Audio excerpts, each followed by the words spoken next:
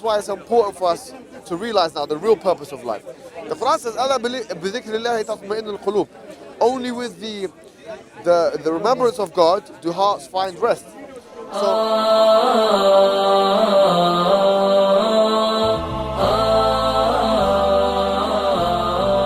Creator, who not only designed it but also allowed it to exist.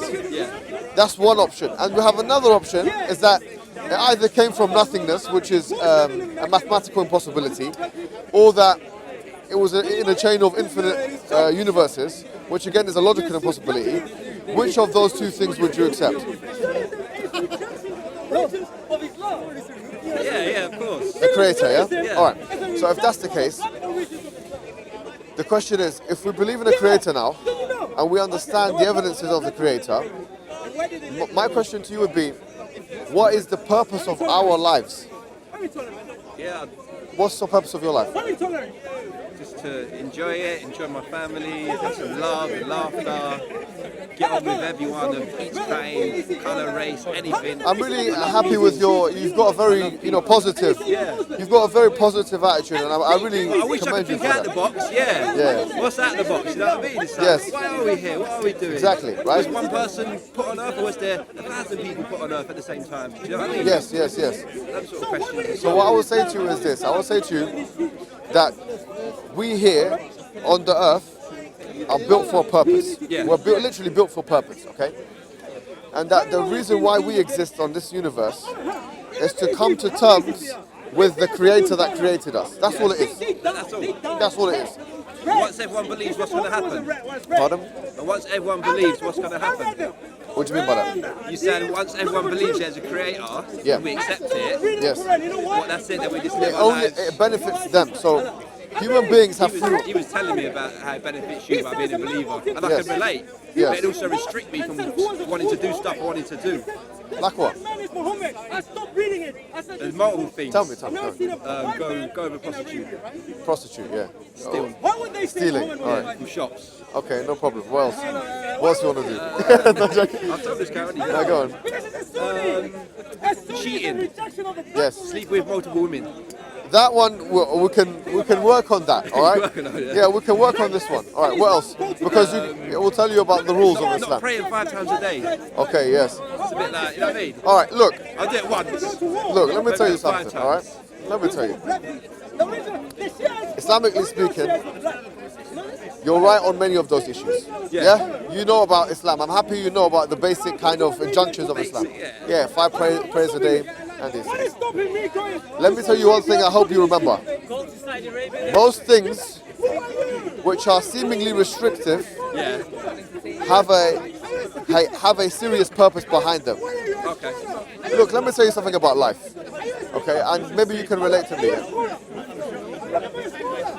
Maybe you can relate with what I'm about to say right now. Yeah? Do you mind, where's Naveed? Naveed? Can you call Naveed? Yeah, someone needs to say.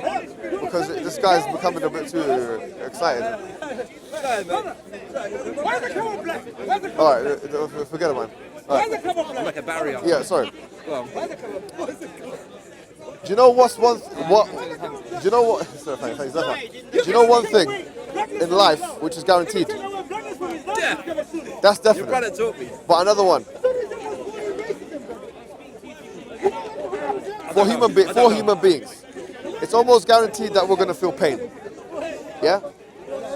Do you know the secret of life? I've come to realize in my short life. Yeah. I've come to realize is that to be successful in life, we have to deal with different kinds of pain all the time. And in order to be really successful, we have to learn to take ourselves out of our comfort zone consistently. Whether that be our spiritual comfort zone, our psychological comfort zone, or our physical comfort zone. You're obviously riding a bike. The reason why you're riding a bike might be health related. It might be, right? Bit of both. But you've realized that the pain of riding the bike and the exhaustion that you might feel overrides the pain of being obese or otherwise unhealthy, right? Yeah, definitely. And just as you've made that conscientious physical decision it makes sense sometimes for you to make a conscientious spiritual decision. You've done something which is healthy for your body. Yeah. We say Islam is healthy for your soul, So, yeah. for your spirit. In the same way as doing kinds of exercise helps you physically, okay?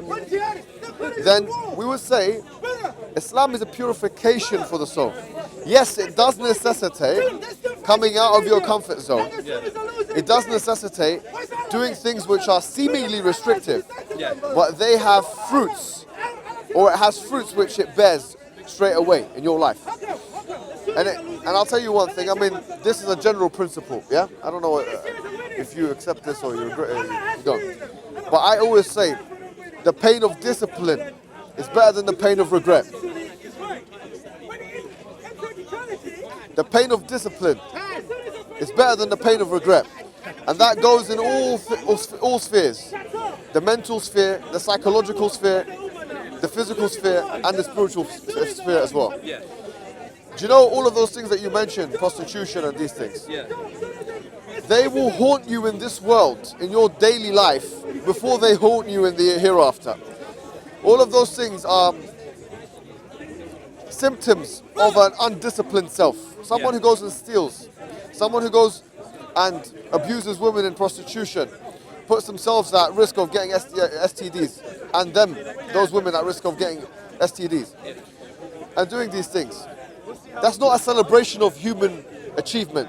By the way, you know, John Stuart Mill, because a lot of the stuff that you were talking about is really liberalism. Do whatever you want so long as you don't harm, except for stealing and prostitution, possibly. But John Stuart Mill made some really interesting comments to do with liberalism. You know what he said? He said that when he talks about liberalism and the ability to do whatever you want, he didn't want people to think in that bestial, hedonistic way, which is like an animal. Yeah. He didn't want people to think like animals. He wanted people to really celebrate human achievement through education and intellect. And so that's where liberalism means the most for me, yeah, because it allows you, yeah, to navigate the world of falsehood, in a sense, because you have an open sphere to do that. That's his whole thing. You have to try and find the truth somehow, right? Yeah.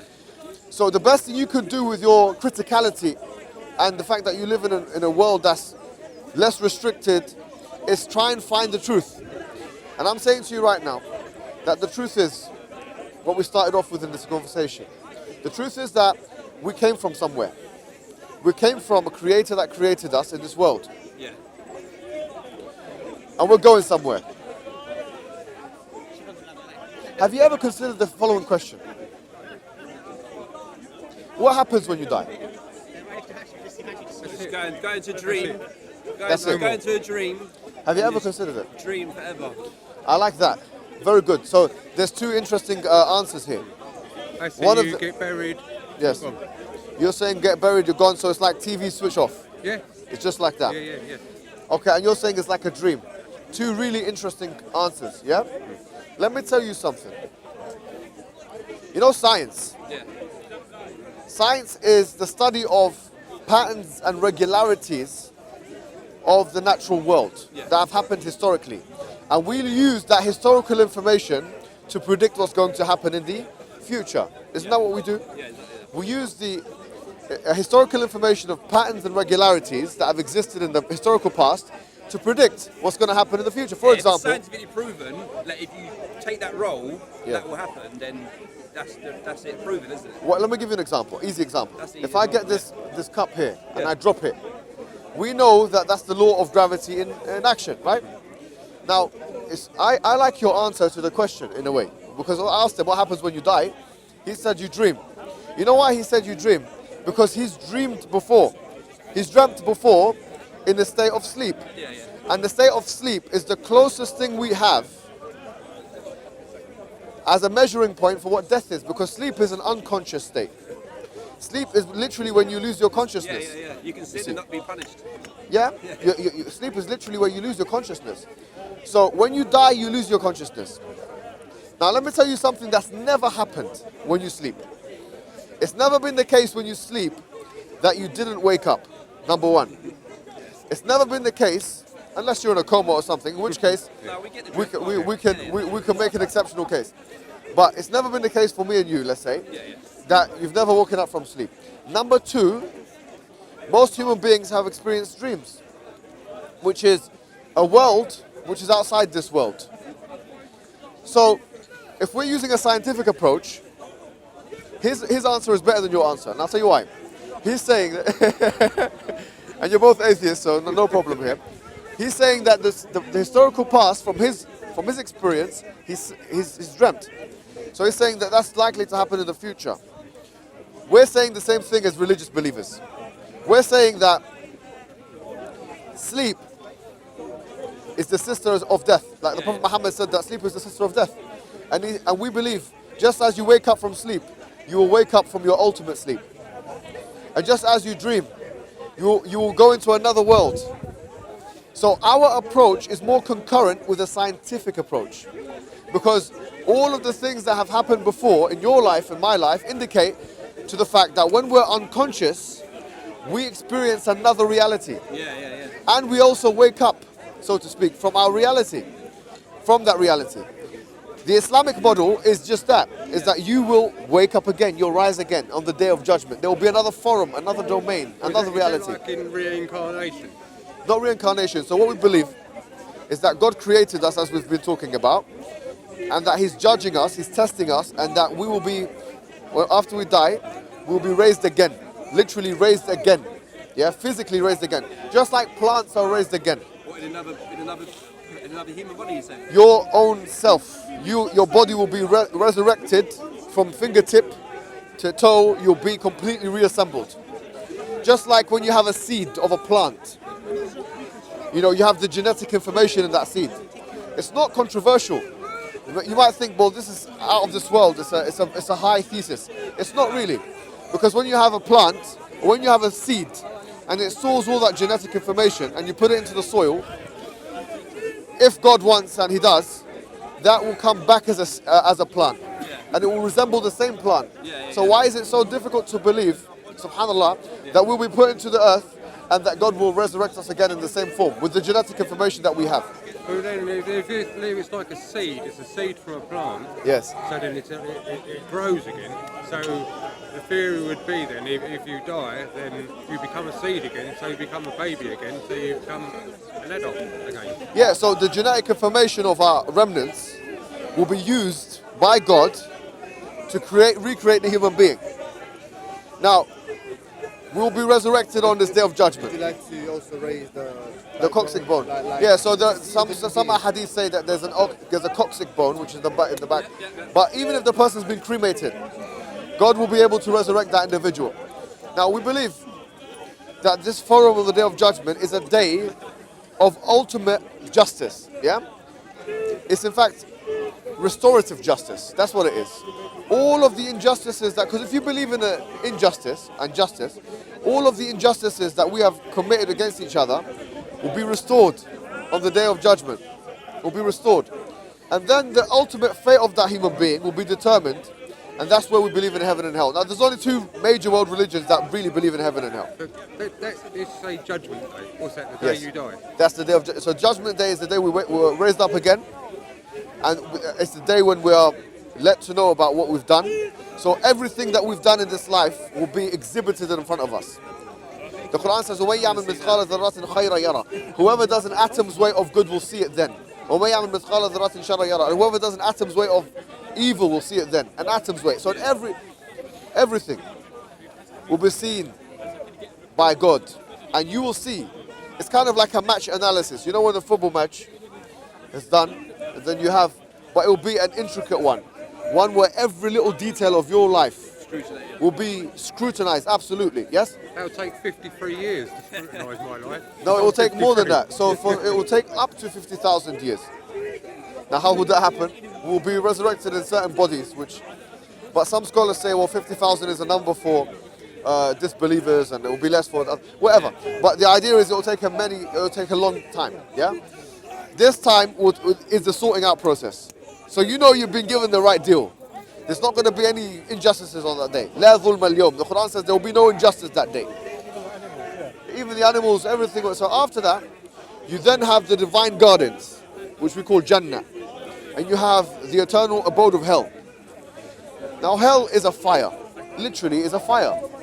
It's a fire which burns the human being and scalds him. In fact, it's the worst possible punishment you can envisage and imagine.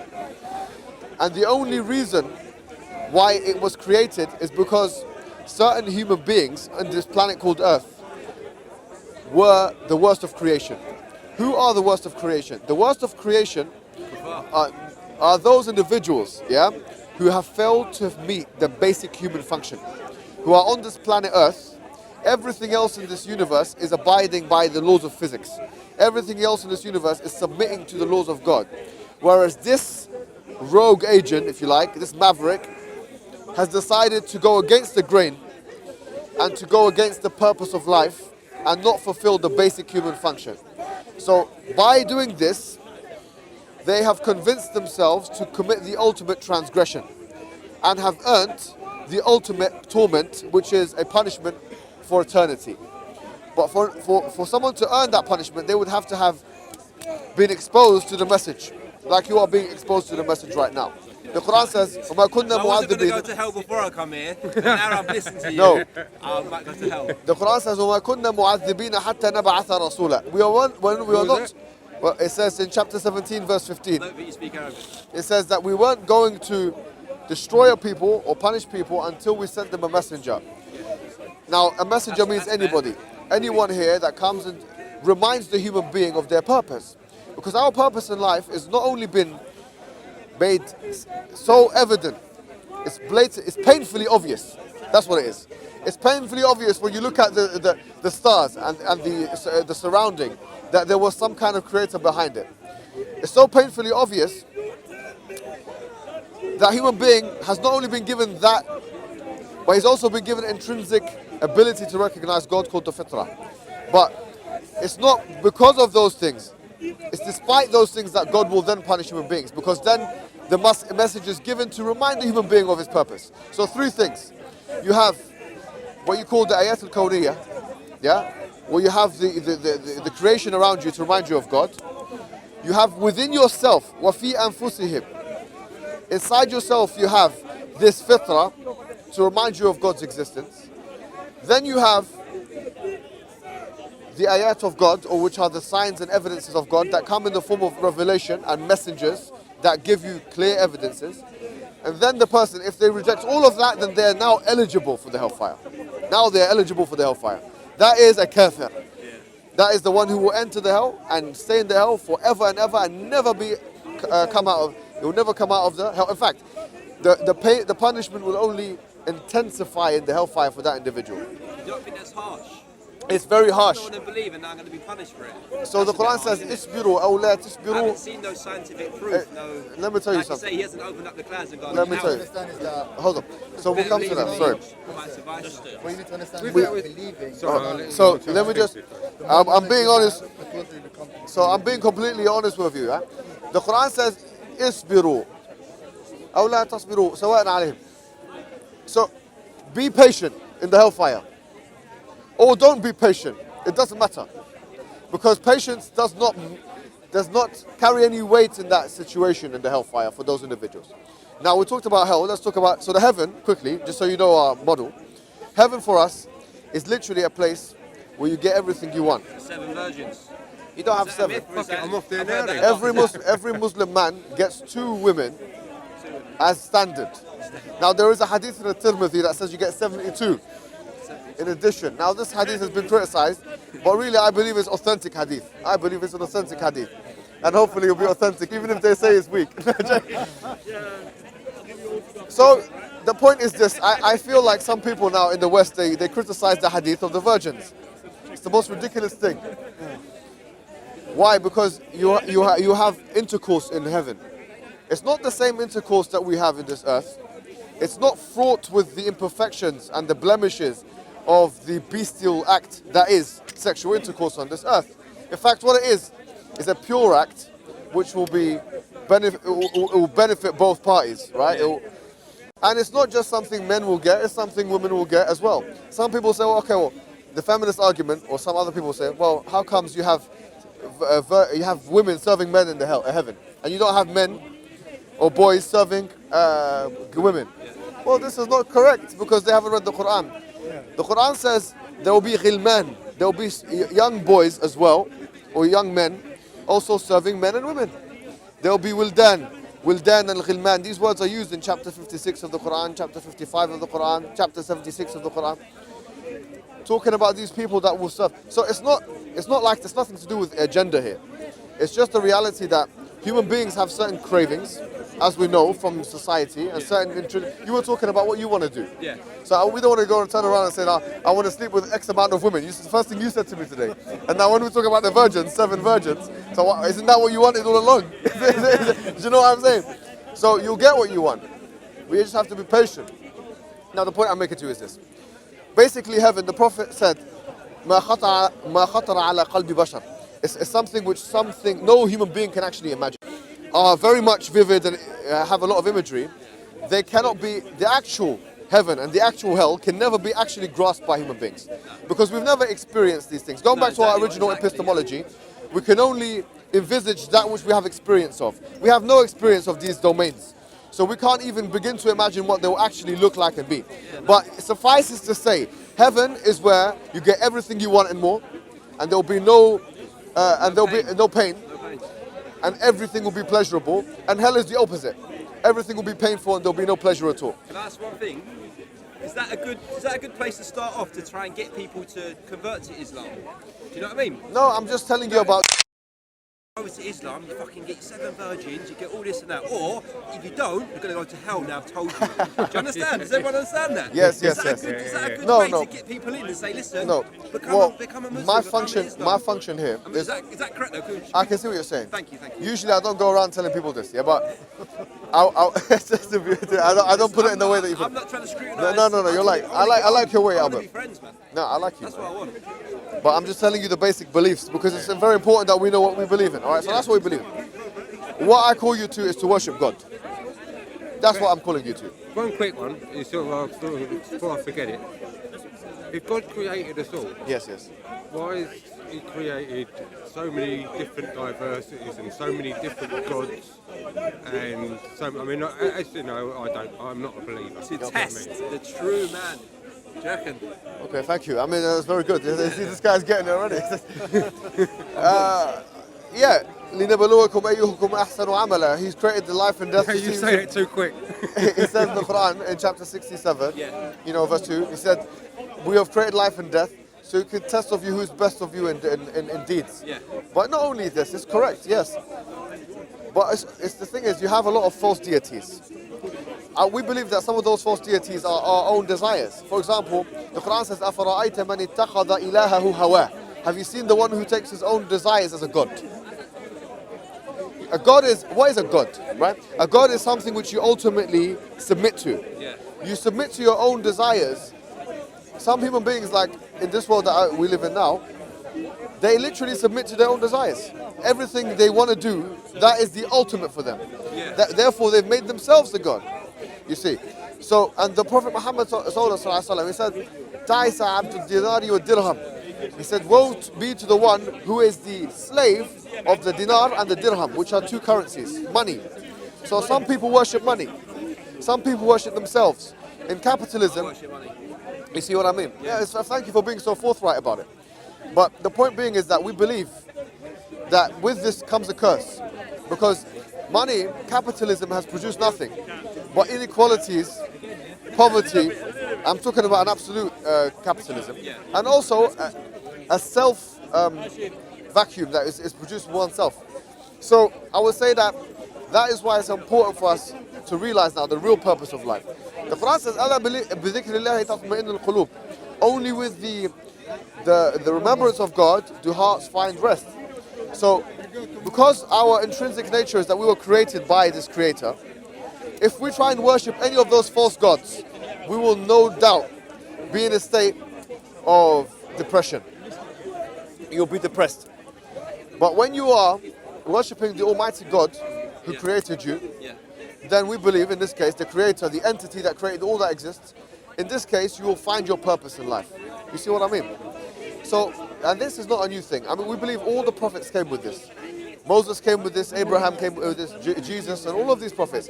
We don't believe they were gods. We believe that they came to tell the people about God. You see, and that's where the Christians got it wrong in our opinion. We say that Christians say that Jesus is God.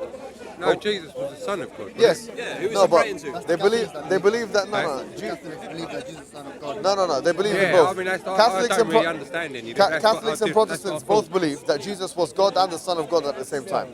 Yeah, which is false. Okay, we say that this is something which can't be substantiated, and not the words of Jesus. Jesus said in John chapter 5 verse 30, "I submit my will to the will of the Father who sent me." So we say that all the prophets who came to believe in one God and to tell the people to worship in one God, and that's basically what we're here for.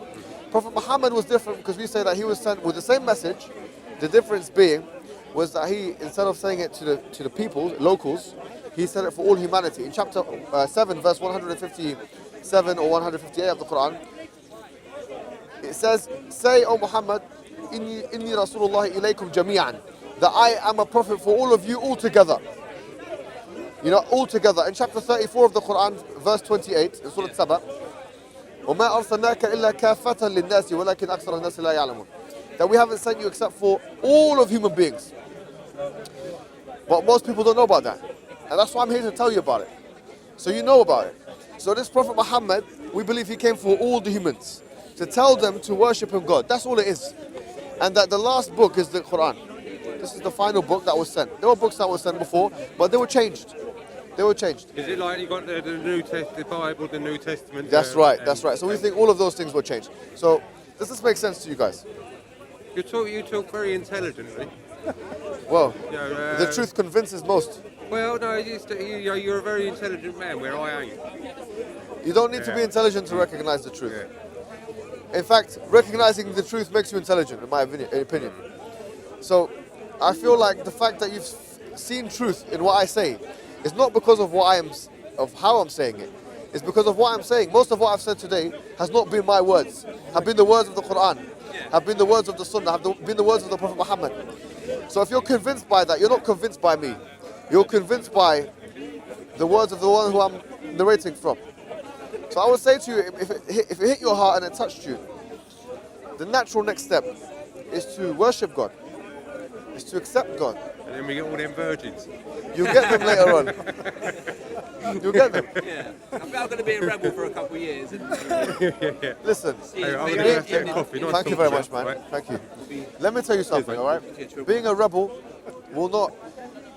One of the tabi'in, one of the scholars, let's say, yeah. He said, "Listen, where can you go that doesn't belong to God? nowhere. You know, where can you go and be a rebel?" Okay, he said, "Look, you want to be a rebel? Okay, I'll make you a deal." A rebel from the fucking... I know, you want to do the things that you aforementioned. Yeah. No problem. How about this? We'll make a deal. All right, you can do that. No problem. We'll do. You can do that, brother. Okay? No, you know, it's my fatwa. I'm giving the fatwa, the religious ruling. Yeah? You can do that. So long as you find a place in the universe, or anywhere in the creation, where you can do that and you won't be spotted by God, or where it doesn't, that place is not owned by God, you can do it in that place. The point is, you can never hide from the one who sees all. You can never hide. God, if you want God in your life, God, we believe, will be literally with you in a, not literally in a physical sense, but we're talking about, He will help you. Yeah. Right? So, the Quran says, when and I'm closer to Him, min habil al-warid, that God is in knowledge closer to you than your jugular vein. So in other words, there will come a time when we all die. Yeah. We want to be realizing our purpose at every turn. Right now is a time for us to realize our purpose, in my opinion. We need to be realizing our purpose today, tomorrow, and the day after. We can't afford to live a life, in my opinion, where we're not on track. Because if we die and all the things that I've just mentioned actually happen, imagine that, right? And moreover, even in this world, let's be honest, when you do those things, what does it do for you? Let me be sorry, but here you have sexual intercourse. however long it takes you, after you've done your thing, and you release, what now? What have you really achieved? Yeah, nothing You after can you do it, it's- you yeah. can have sexual intercourse 1,000,000 times or 100,000 times, and believe me, it will not bring you that sense of self-actualization, as Maslow calls it. It's the chase, isn't it? Yeah, it's not. But even that chase, it's I'm not. saying, people It's enjoy not going to the give you chase that and like, it's all over. self-actualization. It's not going to make you feel like, I've achieved my purpose in life. I've had sexual yeah, intercourse no, with. no. It's not. If you go and take as many pills as you want to take, Yeah, ecstasy exactly. and this and that. That's exactly what I like to do. No, but if you do it, I do, yeah. right, and I'm saying if you continue doing it, Yeah. it's not going to make you stand there in front of the mirror one day and says, Albert, now I can say I've done it all. And now I can say I've realized my true purpose. Do you know the secret of happiness in life? And by the way, happiness is not the ultimate goal. I'll tell you, it's not the ultimate goal. It's false to assume that happiness is the ultimate goal. I would say contentment is the ultimate goal. Because happiness is a psychological state, which by the way is not sustainable for a longevous amount of time. Yeah, It's you not. need your ups and downs. No, Everything- it's not every even. action It's is not a even good, reaction. because psychologically and physiologically, if you're always happy and buzzing, you'll end up making risky decisions, and you'll do things to jeopardize your own well-being and others. So happiness is not the end goal, in my opinion. The real end goal is contentment, and that's why the Quran says, "Ala bi dhikrillahi tatma'innul qulub." That certainly with the remembrance of God, do hearts find rest. The word is rest, where we feel like we're content. Yeah.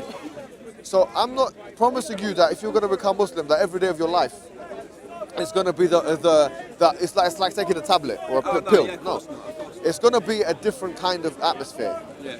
It's going to bring you now into a state of rest, tranquility.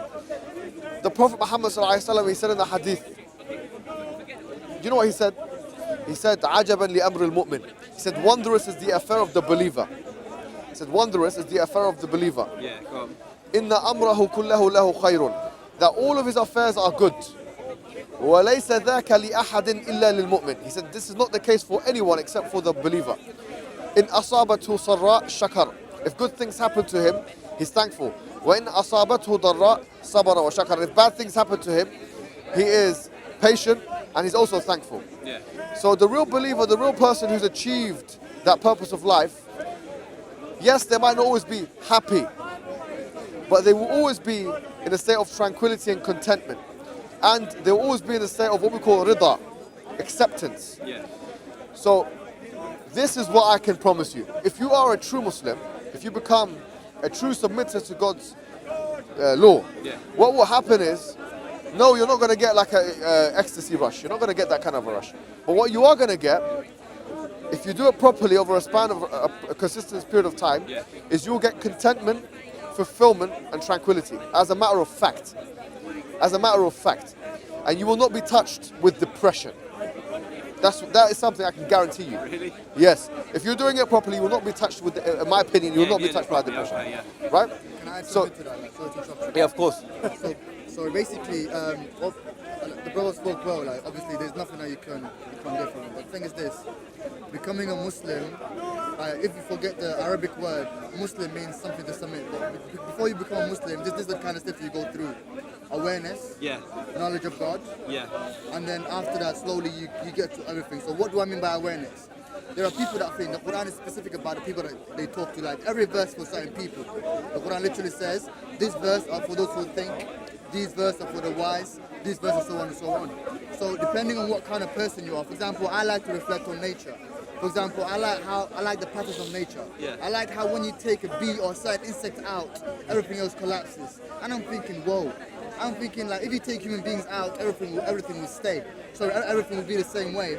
But you try to mess up with the laws of nature, things collapse. Yeah. You feel me? So as a human being, where am I from? Why am I not connected to the chain? Imagine you rely on the chains, but the chain's not connected to you. So who are you then? Where do you come from?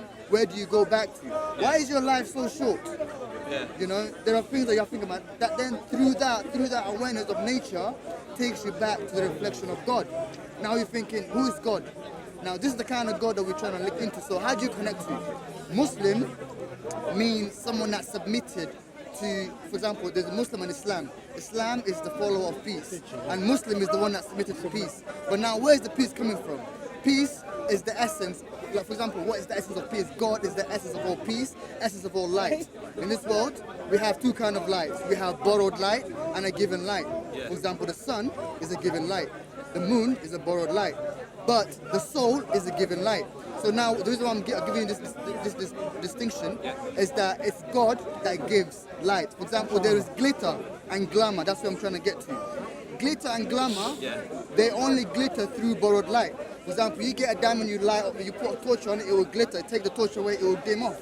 So human beings certainly chase glitter and glamour, things that without the essence, without the given light of God, they would dim out. You understand? So that is becoming a Muslim is submitting to the peace, to the light of the essence, to where light and peace comes from. So once you gain that, then everything else will make sense to you. It's like adding 1 + 1 equals 2. You know, Islam, it's not like, it's like a mathematical effect. For example, in math, if someone tells you 1 + 1 equals 4, it doesn't make sense. Right? So that's the kind of sense you will get if you try to understand what Islam is. Thank you. Perfect, man. Perfect. Thank you. Excellent.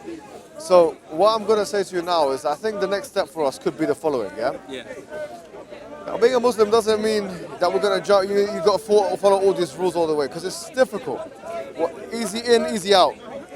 What I would say is, I feel like you do accept that, you know, we accepted that as the creator of the universe, yeah? And we accepted that there should be some kind of terms of agreement between there's a relationship between the creation and the creator. There should be some kind of relationship. And the most rational relationship is one of submission. Yeah?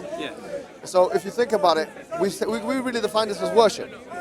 And it's better to, we would say it's more appropriate to worship this creator than it is to worship any of the other false deities like yourself or money or these things. It makes more sense. And we also accept that all of the prophets came with the same message and it ended with Prophet Mohammed. So if you accept all of that, you're ready to do the Shahada. Now the Shahada really is a testimony of faith, which will bring you into Islam. Is it called in Shahada? It's called Shahada. Is it when you convert? Yes. So you say the Shahada, it's just 2 words, 2 lines you say. Afterwards, the brother here will give you his number. I'll give you my number. And we'll be in contact with each other, trying to tell you about the next steps. Of course, you can come to the masjid, it's next to Ramadan. Ramadan will be a nice time for you to get, you know what I'm saying, into the community and stuff like that. So are you ready to do this? No. I like it. I like the brotherhood as well. Yeah. I like that. All right, if you're not ready to do it, it's fine. No, like I said, I would be a rebel for a bit. Give it time. I'm open-minded. He'll still give you his number. I'll still give you mine. What we're going to do is I'm going to tell you to now read a little bit into the Quran and stuff like that. Yeah, that would be the next step for me personally. Yeah. Just to read the Quran, maybe see what it's I think really that makes about. sense. That makes a lot of Really sense. happening. Yes. There's a lot of things that people emphasise on. Is it really in the Quran? Like Tommy Robinson, something like the stuff he grinds on, you know what I mean? Yes. Like the Prophet Muhammad going with a 9-year-old and stuff like that. I'm just saying. People don't even speak Arabic. Yeah, so look, those are the... Look, Tommy... Why are they digging it out? What is it about? Tommy, you know what I mean? Tommy, these individuals, look, they're making money from it, all right? I mean, you've got to understand that these individuals are trying their best to pull out certain things and say things like that. But, you know... just putting out like... Yeah, our context. Read it for yourself. That's the first thing I that's what read it for yourself. That's what have to be done. I recommend that you read But chapter there's 50 things in Sharia to the law end. that I don't agree with whatsoever, but... Yeah. That's like, But look, Sharia law, yeah, are the branches of the tree. You'll never understand or agree with some of those branches of the tree unless you find out what the foundations of the tree is. And the foundations are what Tawheed is, what I've got it already. Is believe that in what God you is. said? I've got it. All those things. Read chapter 50 to 114, I like that. and we'll see each other. He'll give you, make sure you take his details and stuff like that. And we'll keep in contact with you. Yeah. Listen, being a rebel has its time, right? And also being submissive has its time. Maybe I'll be something. You never know, man. Man, it's been a pleasure talking to you, man. Yeah, good. Thank you very much, Good to hear, man. man. Yeah, thank you a lot, man. One day I'll be a brother. Inshallah. يا ديمة خير وعطاء ويمام نقاء وسخاء يا نجما شع فأبهجنا يا شعلة نور وضاء يا ديمة خير وعطاء ويمام نقاء